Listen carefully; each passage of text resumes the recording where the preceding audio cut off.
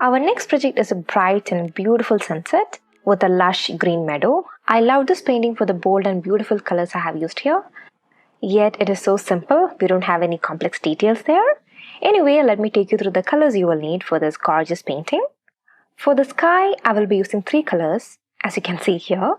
On the top we have violet, then we have a pink, a bright pink, then towards the bottom we have orange. So the violet I'm going to use is this one from White Nights. Then I have Opera Pink from Sennelier. This is the bright pink you see at the middle. Then we have Brilliant Orange along the horizon line.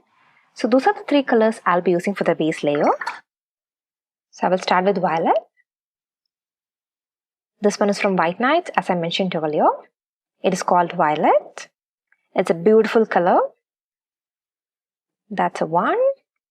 You can use any violet you have got, or you can mix and create your own violet. Now the second color is Opera. It's a bright neon kind of a pink, which is not a common color. It doesn't come in the normal watercolor sets. So if you don't have this color, just go with any kind of rose or crimson. The next one is Brilliant Orange. Again, it's a bright orange. If you don't have any kind of orange, just go with vermilion. Okay, so those are the 3 colors I'll be using for the base layer. Then I'll be adding some clouds using violet on top of the base layer. The next 2 colors you will need is Payne's Grey and Sap Green. You can use Sap Green or Viridian Green, and if you don't have Payne's Grey, you can use black. Okay, so those are the next 2 colors you will need. I'll be using a really bright tone of Sap Green to create that contrast. You can see the color. While I'm painting, I won't be adding a lot of water. Okay, so that is Sap Green. It is from Shinhan. Now the last color you will need is Payne's Grey. This is to add the deeper tones for the meadow, as well as to add those details along the horizon line. Okay, so those are the colors you will need as a simple color palette. If you want to leave out one color from the sky, if you want to leave out orange, you could do that. Or you can go with just pink and orange, or just violet and rose. Okay, so feel free to go with the colors you like. Okay, now let's give it a try. I will start by adding a line, which is my horizon line, just to separate the sky and the ground. I'm adding that a little below the center of the paper. It is not at the center, it is slightly below that. Okay, so that's my sky and that's my ground. Now let's start preparing the paint. If you don't have violet, there is nothing to worry. You can just mix and create your own violet by adding some Prussian blue and crimson together. Okay. Now you will need Opera Pink or any kind of rose. Then you will also need some orange or vermilion. Alright, so I have the colors ready for the sky. I think I will take the other 2 colors as well and I will keep them ready. So you will need some Sap Green as well as some Payne's Grey. Alright, so all the colors are ready. Now we can start by applying a coat of water onto the entire sky. I have my 1-inch flat brush here. So I'm dipping that in clean water. And I'm applying that onto the entire sky. We just need a shiny coat of water. We don't need a lot. So just run your brush multiple times back and forth just to be sure the coat of water is even. Okay. So my sky is evenly wet. Now we can start applying the paint. Now to apply the paint, I'm going to use my 1/2-inch flat brush. Let's start with violet. I'm going to use a medium tone. It shouldn't be too dark and it shouldn't be too light as well. Now let's apply that on the top of the sky. You can see the tonal value. It's a medium tone. Okay, so start by applying that on the top of the sky. Now let's clean our brush and go with the second color.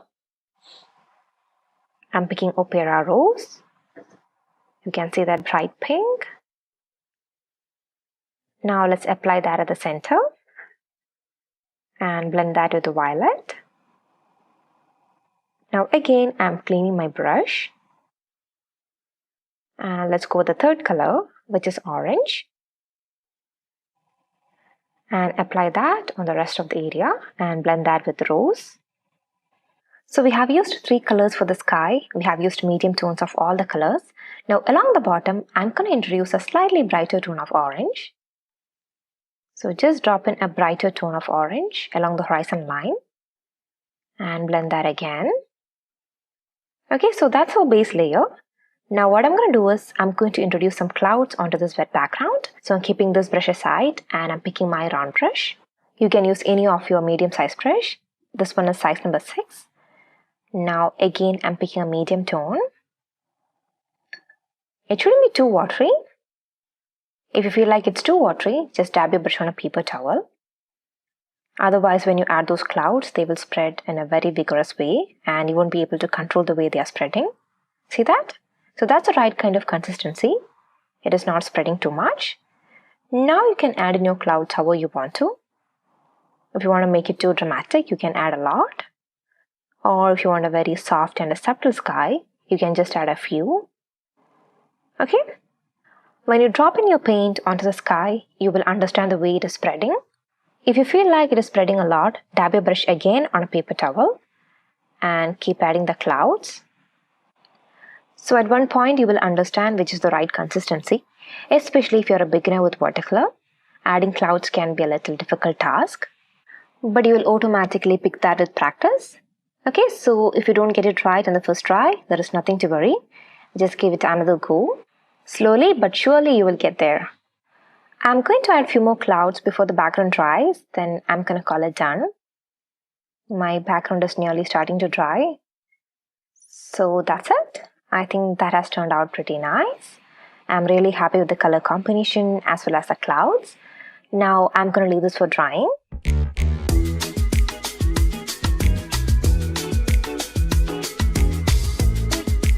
Alright, so the sky has dried completely. I'm really happy with it. Now let's start painting the meadow. First I'm going to apply an even layer of sap green onto the entire background. Then we can start introducing the deeper tones. So I'm using my size number 8 round brush here. And I'm picking a brighter tone of sap green. You can see the color, it isn't that light. I want a bright green for the meadow. Okay. So just apply a flat wash or a solid wash onto the entire background. If you want to use viridian green instead of sap green, that is also totally okay. Just apply a solid wash of viridian green or sap green. Then while the background is still wet, we can introduce the deeper tones. Okay, so you can use a medium brush or a bigger brush and apply green onto the entire background. Okay, so that's how it has turned out. Now with the same brush, I'm going to pick a darker tone by mixing some Payne's Grey into sap green. We just need a darker tone. You can either add some Payne's Grey or some indigo into sap green or viridian green and create a darker shade. For this step as well, I'm using the same round brush. First I will add that at the bottom. So at the bottom I want a darker tone and on the top I want a medium tone. So let's keep adding that deeper tone at the bottom. Along with that, I'm also adding some lines on the background. I think I can make it a bit more darker. Okay, that looks nice. So first add that deeper tone at the bottom. Then with the same brush, gently add some lines on the background. So I'm just dragging my brush from right to left. And I'm leaving this area as it is. You can see I haven't added any lines over there.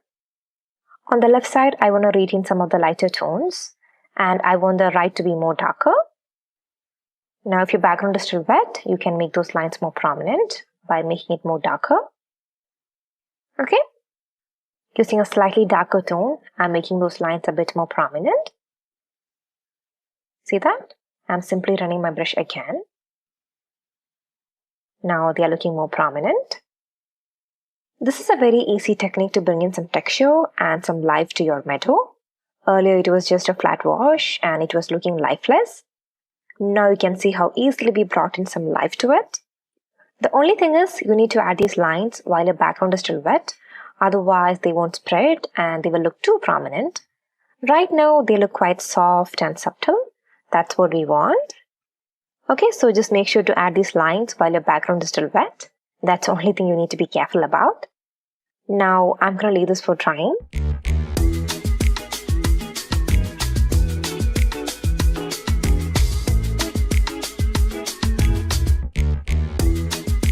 Okay, so that has dried completely and the colors are looking really fresh and vibrant. Now we have only task left, and for that I'm using my smaller size brush and I'm picking a darker tone of green, a much more darker tone. So I'm adding more Payne's Grey this time. So right now we're going to add some details far away. We are just going to add some landscape along the horizon line, and this is what will define the horizon line. It is nothing complicated. We are simply adding some random shapes along the horizon line. Okay, we are just trying to show the trees and the plants far away. So go with a similar size, don't make it too huge. And also you can see the color I'm using. It is very much dark. I don't think you can see any green shade in it. It is super dark. I think it is very much similar to Payne's Grey.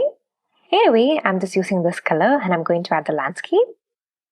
So towards the right side, to make it a little interesting, I made it a bit higher. And also I have left some gap in between. So you can either run your landscape continuously without breaking that in between, or you can break them and add them as different groups, like what I have done here. Those things are totally up to you. You can add them however you want to. But try to go with varying heights. Don't make it the same throughout. This will make your painting look more interesting. Now in a similar way, I'm going to add another group on the left side. Again, I'm picking that darker tone of green. And using the tip of my brush, I'm simply adding a random shape. So just keep pressing the tip of your brush and keep adding some random patterns. These are really far, so you don't need to put a lot of effort here. Just add a random shape.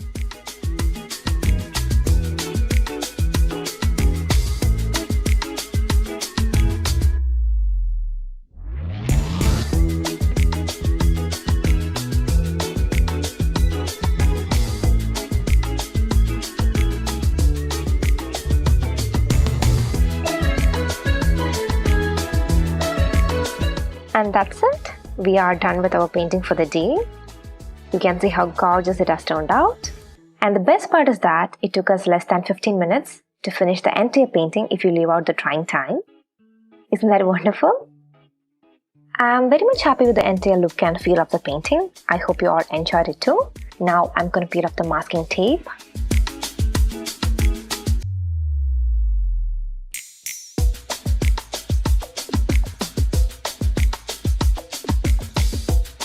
And here it is. You can see how beautiful the colors are looking. They are quite bright and prominent compared to the other paintings we have done so far. If you want to make your painting look more interesting, you can add some branches, just some silhouettes on the top, and also maybe some birds. I just like the painting the way it is, so I'm just keeping it simple. Alright, so that's all for the day. I hope you all had a lovely time painting this gorgeous sunset. Thanks a lot for joining and happy painting.